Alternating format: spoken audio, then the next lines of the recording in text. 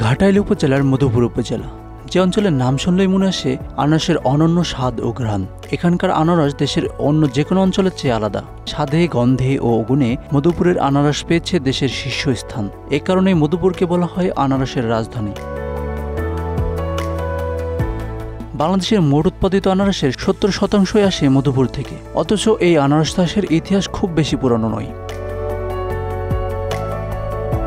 19 শতকের শুরুর দিকে মধুপুরে শুরু হয়েছিল আনারসের চাষ। তবে সরকারি স্বীকৃতি পেল এই প্রথম।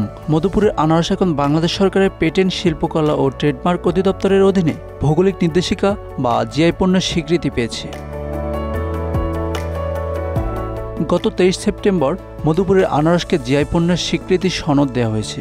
সনদে 31 শ্রেণীতে জিআই 52 নম্বরে মধুপুরের আনারসকে ভৌগোলিক নির্দেশিকা পণ্য হিসেবে উল্লেখ করা হয়েছে।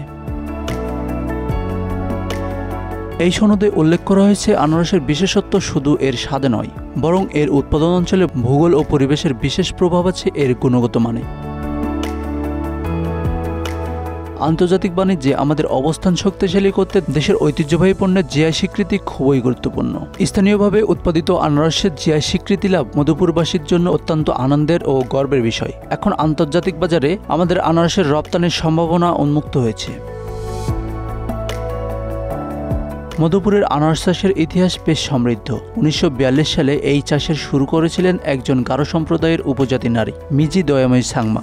ভারতের মেঘালয় থেকে আনা চারাগাছ নিয়ে প্রথম মধুপুরে আনারসের চাষ শুরু করেন তিনি। সেই থেকে ধীরে ধীরে মধুপুরের আনারস চাষের খ্যাতি ছড়িয়ে পড়ে। কালক্রমে পাশের বিভিন্ন উপজেলায় এই চাষ ছড়িয়ে পড়ে। বর্তমানে মধুপুরের প্রধান অর্থকরী ফসল হিসেবে আনারসের অবস্থান সুপ্রতিষ্ঠিত। মধুপুরের আনারসের চাষ এখন শুধু একটি ফসল উৎপাদনের নাম নয়, এটি অর্থনৈতিক উন্নয়নের একটি প্রধান মাধ্যম।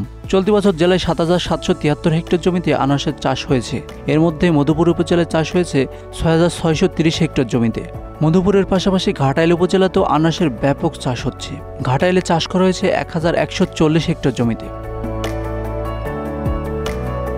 মধুপুরের এই আনারস শুধু স্থানীয় অর্থনীতির চাকা ঘোরাচ্ছে না, বরং সম্ভাবনা উন্মোচন করছে আন্তর্জাতিক বাজারে প্রবেশের। Asanur Rahman, Bangla affairs, news desk.